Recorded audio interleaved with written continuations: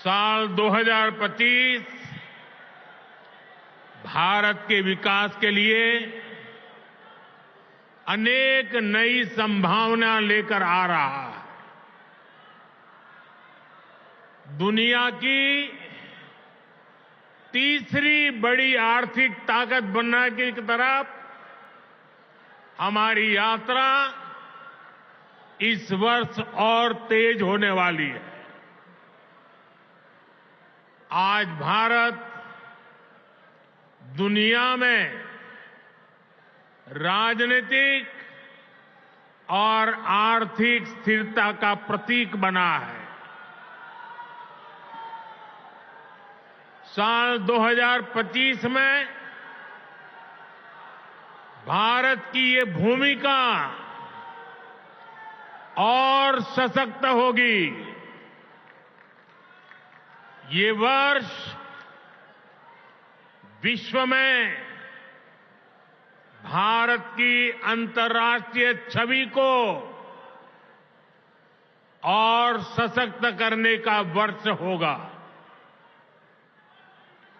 ये वर्ष भारत को दुनिया का बड़ा मैन्युफैक्चरिंग हब बनाने का वर्ष होगा। ये वर्ष युवाओं को नए स्टार्टअप और एंटरप्रेन्योरशिप में तेजी से आगे बढ़ाने का वर्ष होगा। ये वर्ष कृषि क्षेत्र में नए कीर्तिमानों का वर्ष होगा।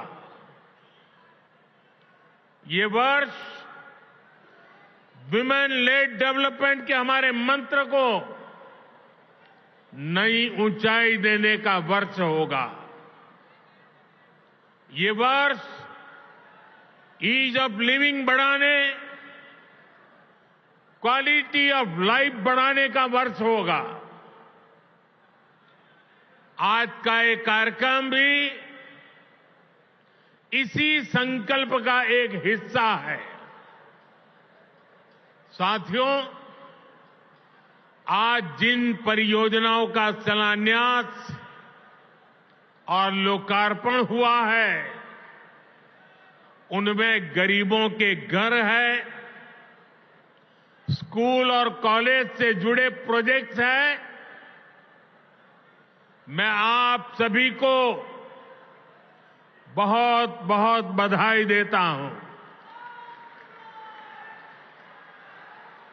विशेष रूप से मैं उन साथियों को, उन माताओं बहनों को बधाई देता हूं जिनकी एक तरह से अब नई जिंदगी शुरू हो रही है। झुग्गी की जगह पक्का घर, किराए के घर की जगह अपना घर, ये नई शुरुआत ही तो है। जिनको ये घर मिले हैं, ये उनके स्वाभिमान का घर है, ये आत्मसम्मान का घर है, ये नई आशाओं, नए सपनों का घर है। मैं आप सभी की खुशियों में आपके उत्सव का हिस्सा बनने ही आज यहां आया हूं। और आज जब यहां आया हूं तो काफी पुरानी यादें ताजा होना बहुत स्वाभाविक है। आप में से शायद कुछ लोगों को पता होगा, जब आपातकाल का समय था, देश इंदिरा गांधी के तानाशाही रवैये के खिलाफ लड़ाई लड़ रहा था। इमरजेंसी के खिलाफ एक लड़ाई चल रही थी। उस समय मेरे जैसे बहुत साथी अंडरग्राउंड मूवमेंट का हिस्सा थे और उस समय ये अशोक विहार मेरा रहने का स्थान हुआ करता था।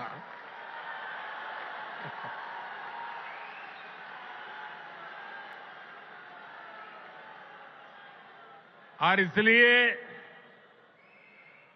आज अशोक विहार में आते ही बहुत सारी पुरानी यादें ताजा होना बहुत स्वाभाविक है। साथियों, आज पूरा देश विकसित भारत के निर्माण में जुटा है।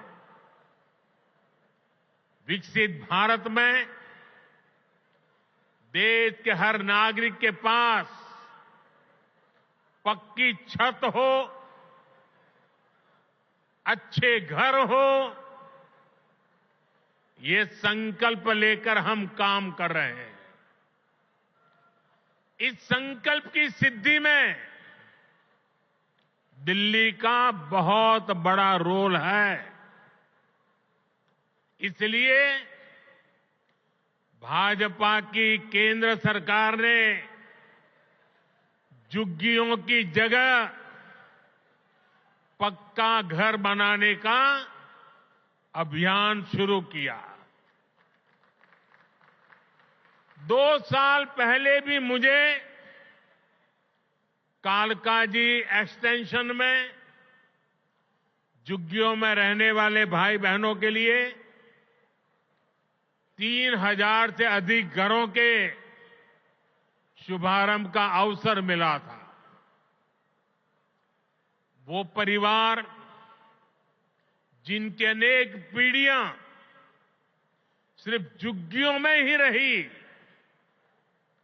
जिनके सामने कोई उम्मीद नहीं थी, वे पहली बार पक्के घरों में पहुंच रहे हैं।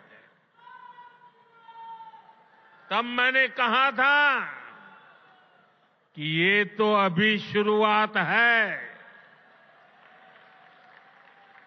आज यहां और 1500 घरों की चाबी लोगों को दी गई है। ये स्वाभिमान अपार्टमेंट्स गरीबों के स्वाभिमान को, उनकी गरिमा को बढ़ाने वाले हैं। थोड़ी देर पहले जब कुछ लाभार्थियों से मेरी बातचीत हुई तो मैं यही एहसास उनके भीतर देख रहा था। मैं नया उत्साह, नई ऊर्जा अनुभव कर रहा था। और वहां मुझे कुछ बालक बालिकाओं से भी मिलने का मौका मिला। ऐसा लग रहा था कि वह स्वाभिमान अपार्टमेंट की ऊंचाई जो है ना, उससे भी ऊंचे उनके सपने में देख रहा था।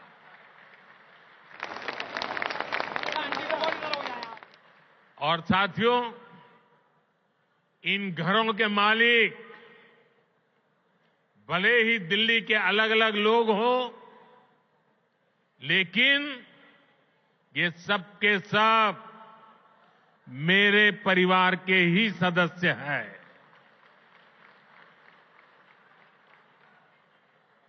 साथियों, देश भली भांति जानता है कि मोदी ने कभी अपने लिए घर नहीं बनाया।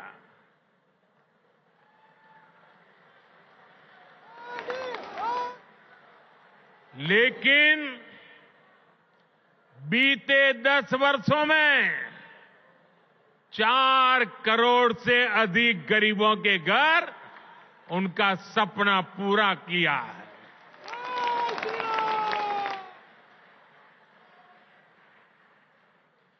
मैं भी कोई शीश महल बना सकता था,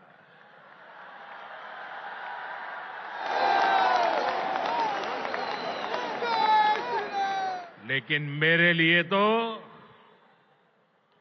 मेरे देशवासियों को पक्का घर मिले, यही एक सपना था। और मैं आप सबको भी कहता हूं, आप जब भी लोगों के बीच जाएं, लोगों को मिले, और अभी भी जो लोग झुग्गी झोपड़ी में रहते हैं, मेरी तरफ से उनको वादा करके आना, मेरे लिए तो आप ही मोदी है। वादा करके आना, आज नहीं तो कल उनके लिए पक्का घर बनेगा, उनको पक्का घर मिलेगा।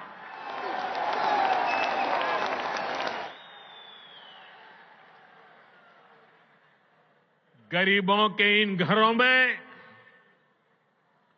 हर वो सुविधा है जो बेहतर जीवन जीने के लिए जरूरी है। यही तो गरीब का स्वाभिमान जगाता है, आत्मविश्वास बढ़ाता है, जो विकसित भारत की असली ऊर्जा है। और हम यहीं रुकने वाले नहीं हैं। अभी दिल्ली में करीब 3000 ऐसे ही और घरों के निर्माण का काम कुछ ही समय में पूरा होने वाला है। आने वाले समय में हजारों नए घर दिल्ली वासियों को मिलने वाले हैं। इस क्षेत्र में बहुत बड़ी संख्या में हमारे कर्मचारी भाई बहन रहते हैं। उनके जो आवास थे, वे भी काफी पुराने हो चुके थे। उनके लिए भी नए आवास बनाए जा रहे हैं।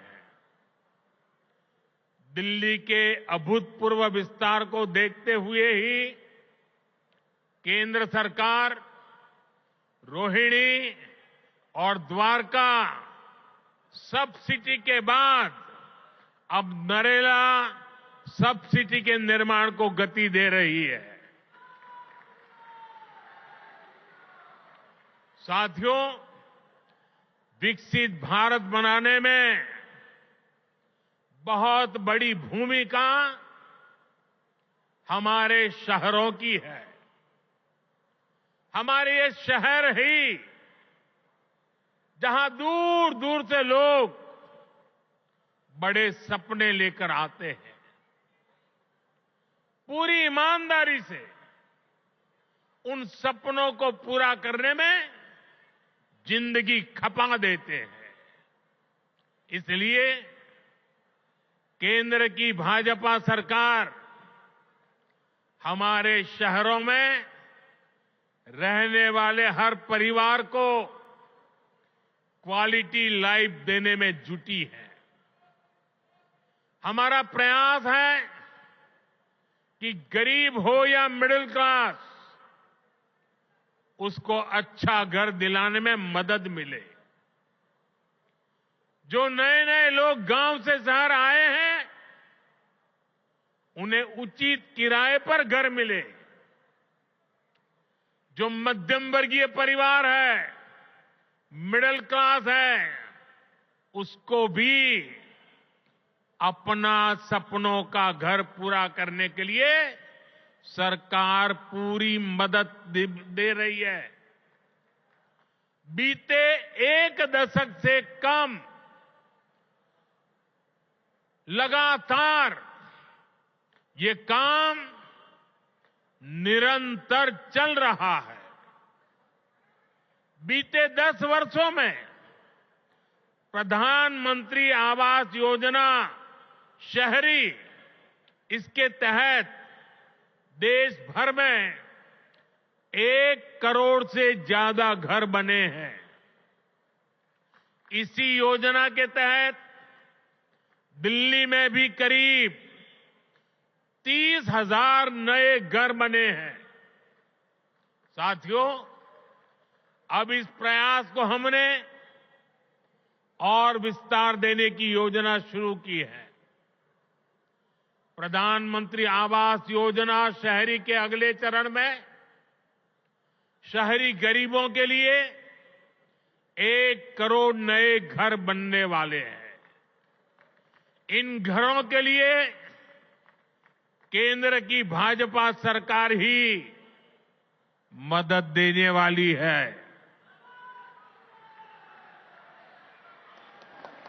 साल में जिनकी आय 9 लाख रुपए से कम है, उन परिवारों को इस योजना का विशेष फायदा होगा। केंद्र सरकार मिडिल क्लास परिवारों को, मध्यम वर्ग परिवारों का घर का सपना पूरा करने के लिए होम लोन के ब्याज में बहुत बड़ी छूट दी रही है। वो पैसे सरकार दे रही है।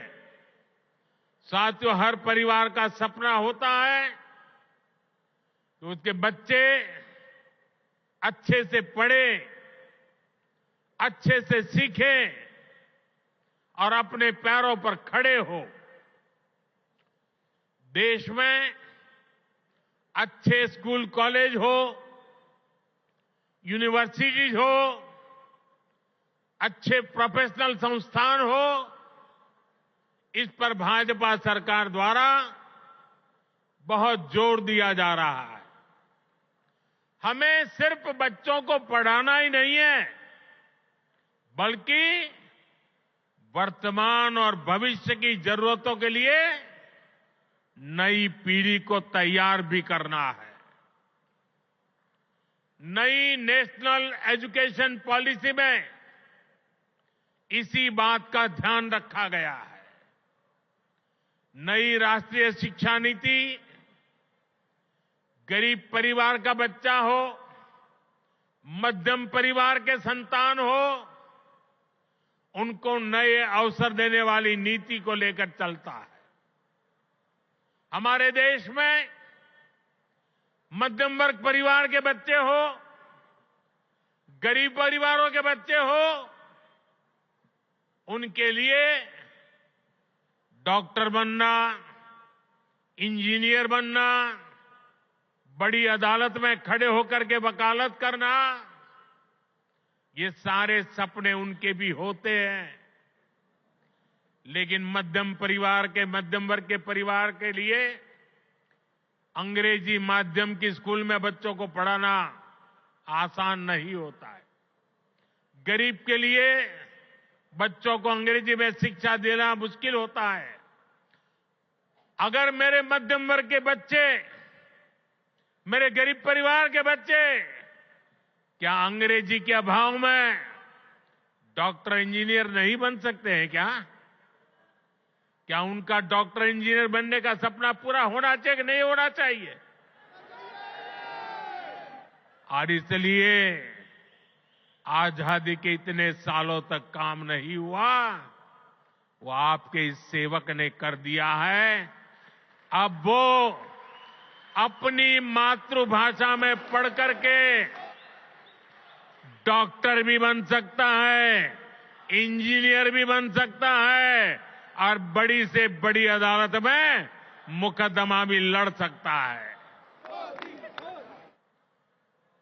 साथियों, देश की शिक्षा व्यवस्था को बेहतर बनाने में सीबीएसई की बड़ी भूमिका है। इसका दायरा निरंतर बढ़ रहा है। इसको देखते हुए ही सीबीएसई का नया भवन बनाया है। इससे आधुनिक शिक्षा का विस्तार करने में, परीक्षा के आधुनिक तौर तरीकों को अपनाने में मदद मिलेगी। साथियों, उच्च शिक्षा के मामले में दिल्ली यूनिवर्सिटी की प्रतिष्ठा भी लगातार मजबूत हो रही है और ये मेरा सौभाग्य है, मुझे भी दिल्ली यूनिवर्सिटी का विद्यार्थी रहने का सौभाग्य मिला। हमारा प्रयास है कि दिल्ली के युवाओं को यहीं पर उच्च शिक्षा के ज्यादा से ज्यादा अवसर मिले। आज जिन नए परिसरों का शिलान्यास किया गया है, इससे हर वर्ष सैकड़ों नए साथियों को डीयू में पढ़ाई का अवसर मिलेगा। डीयू के पूर्वी कैंपस और पश्चिमी कैंपस का इंतजार लंबे समय से हो रहा था। अब ये इंतजार खत्म होने जा रहा है। सूरजमल विहार में पूर्वी कैंपस और द्वारका में पश्चिमी कैंपस पर अब तेजी से काम होगा। वहीं नजफगढ़ में वीर सावरकर जी के नाम पर नया कॉलेज भी बनने जा रहा है। साथियों, एक तरफ दिल्ली में शिक्षा व्यवस्था के लिए केंद्र सरकार के प्रयास है, वहीं दूसरी तरफ यहां की राज्य सरकार का कोरा झूठ भी है। दिल्ली में जो लोग राज्य सरकार में पिछले 10 साल से उन्होंने यहां की स्कूली शिक्षा व्यवस्था को बहुत नुकसान पहुंचाया है। हालात ये हैं कि समग्र शिक्षा अभियान के तहत जो पैसे भारत सरकार ने दिए, ये दिल्ली में ऐसी सरकार बैठी है जिसको दिल्ली के बच्चों के भविष्य की परवाह नहीं है। जो पैसे शिक्षा के लिए भारत सरकार ने दिए, आधे पैसे भी पढ़ाई के लिए खर्च नहीं कर पाए लोग।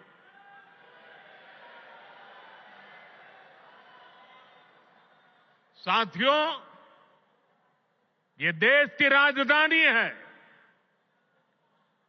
दिल्ली वासियों का हक है, उनकी सुशासन की कल्पना की है, सुशासन का सपना देखा है। लेकिन बीते 10 वर्षों से दिल्ली एक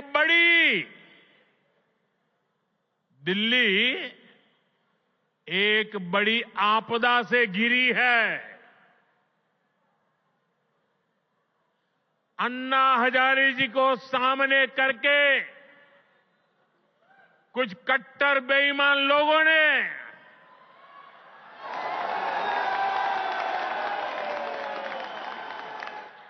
दिल्ली को आपदा में धकेल दिया। शराब के ठेकों में घोटाला,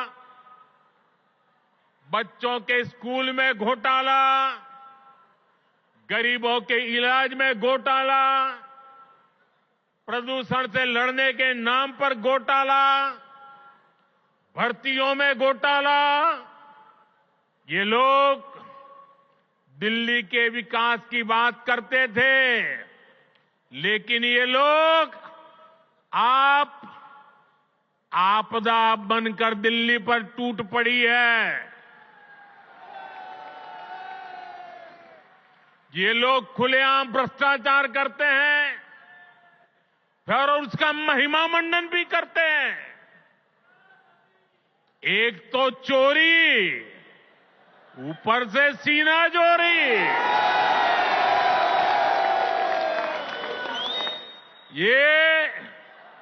ये आपदा दिल्ली पर आई है और इसलिए दिल्ली वालों ने आपदा के विरुद्ध जंग छेड़ दी है।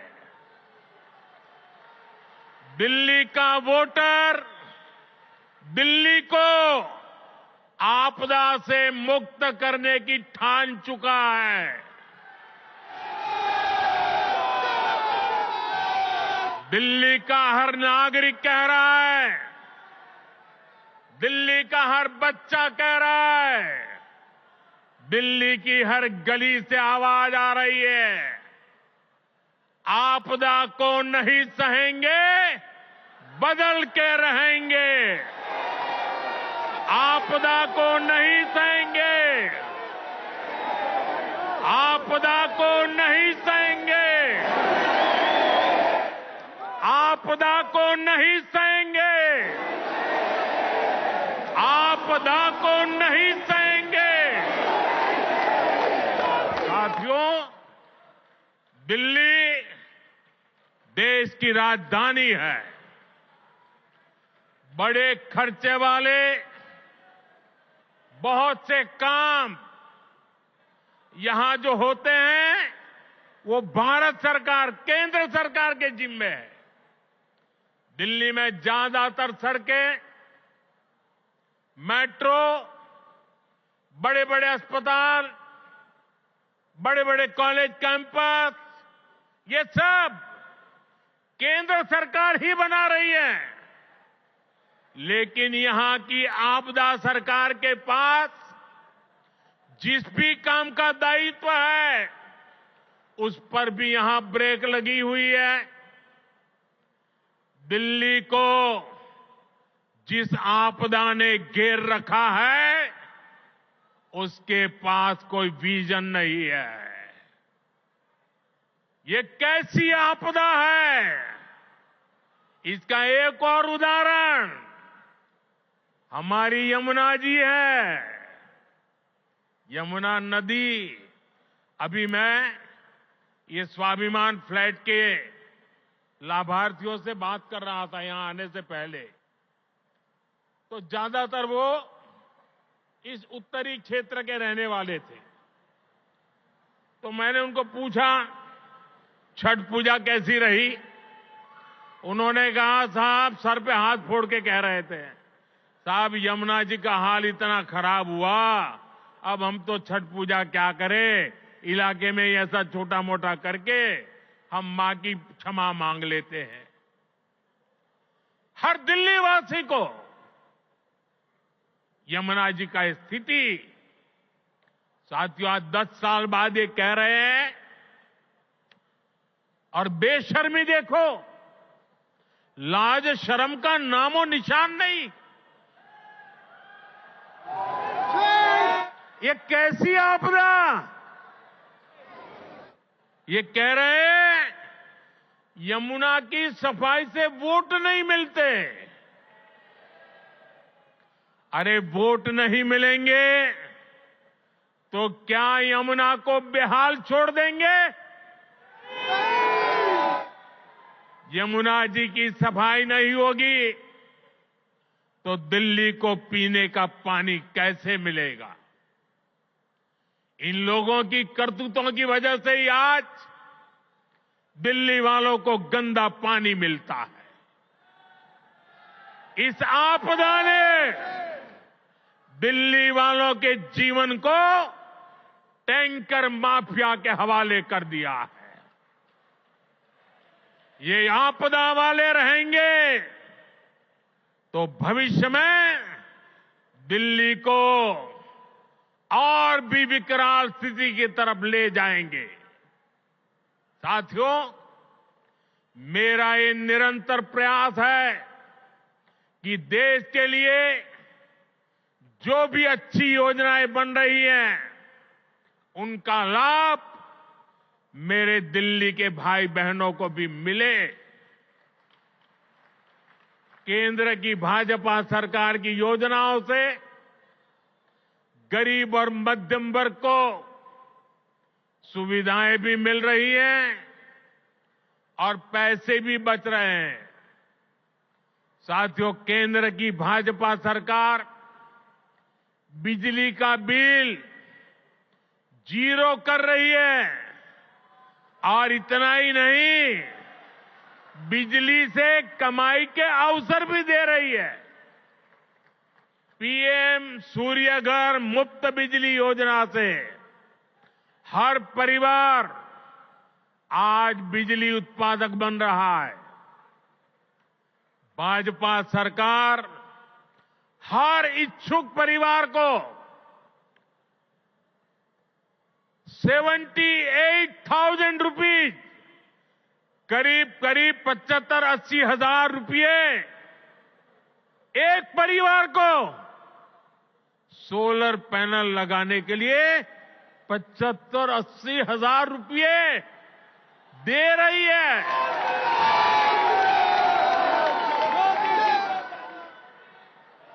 अभी तक देश भर में करीब 7.5 लाख घरों की छत पर पैनल लग चुके हैं। इससे जरूरत की बिजली मुफ्त मिलेगी और बची हुई बिजली का पैसा सरकार आपको देगी। मैं दिल्ली के लोगों को विश्वास दिलाता हूं, दिल्ली में भाजपा का मुख्यमंत्री बनते ही प्रधानमंत्री सूर्यघर मुफ्त बिजली योजना और तेजी से लागू की जाएगी।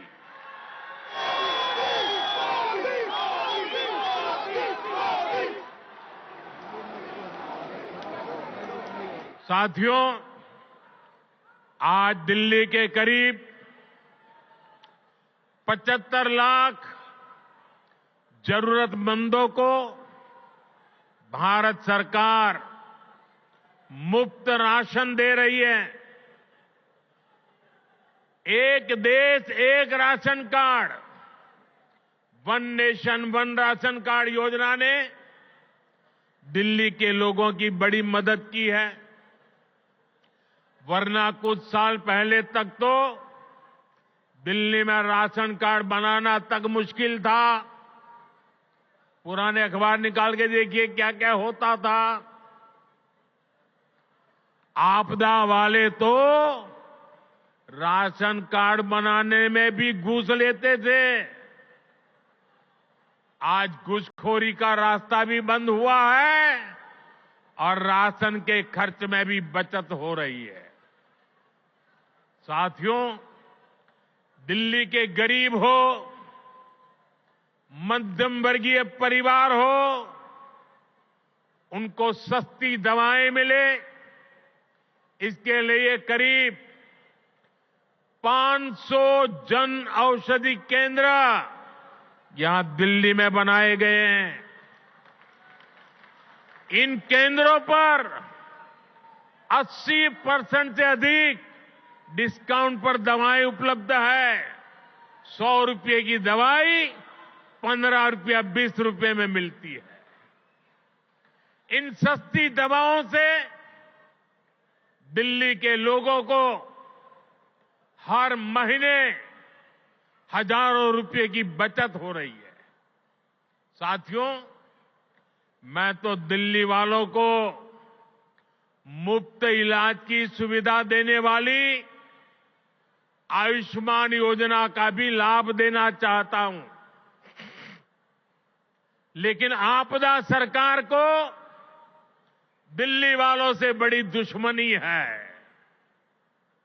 वे पूरे देश में आयुष्मान योजना लागू है, लेकिन इस योजना को आपदा वाले यहां लागू नहीं होने दे रहे। इसका नुकसान दिल्ली वालों को उठाना पड़ रहा है।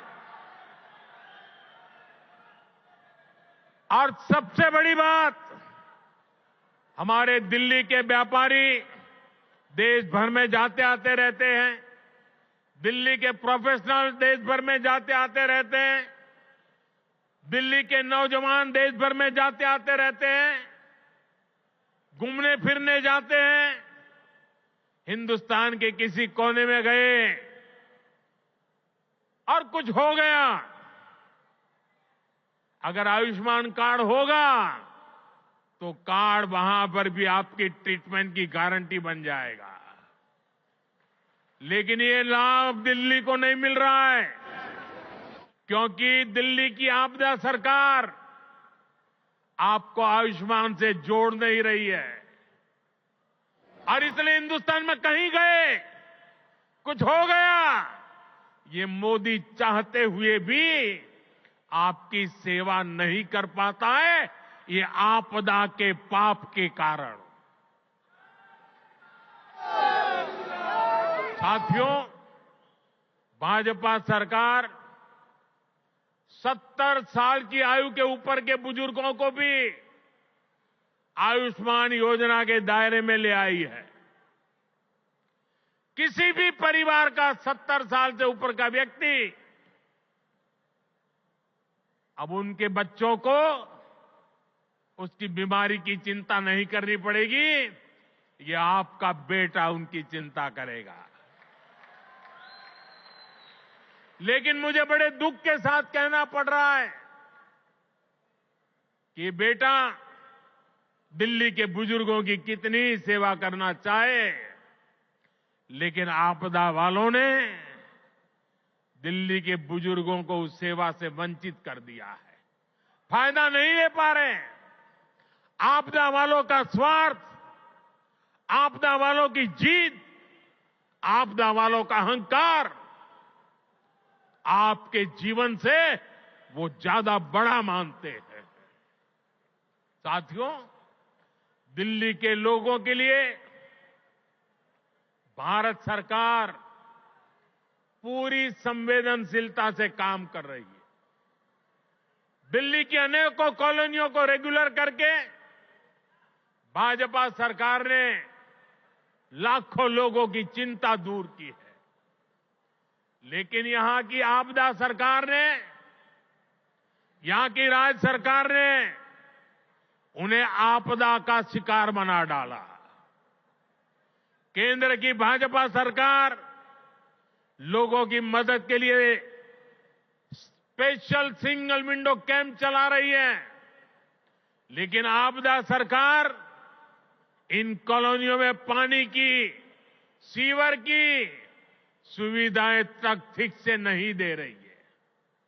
इसके चलते लाखों दिल्ली वासियों को बहुत परेशानी हो रही है। घर बनाने में लाखों रुपए लगाने के बाद भी अगर सीवर ना हो, नालियां टूटी हो, गली में गंदा पानी बहता हो, तो दिल्ली के लोगों का दिल दुखना बहुत स्वाभाविक है।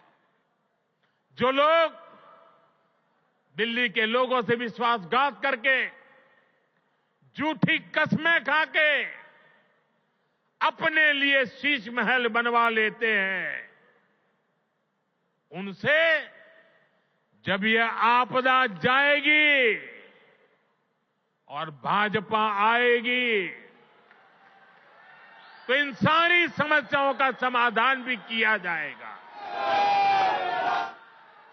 साथियों, आपको याद रखना है, जहां जहां आपदा का दखल नहीं है, वहां हर काम अच्छे से होता है।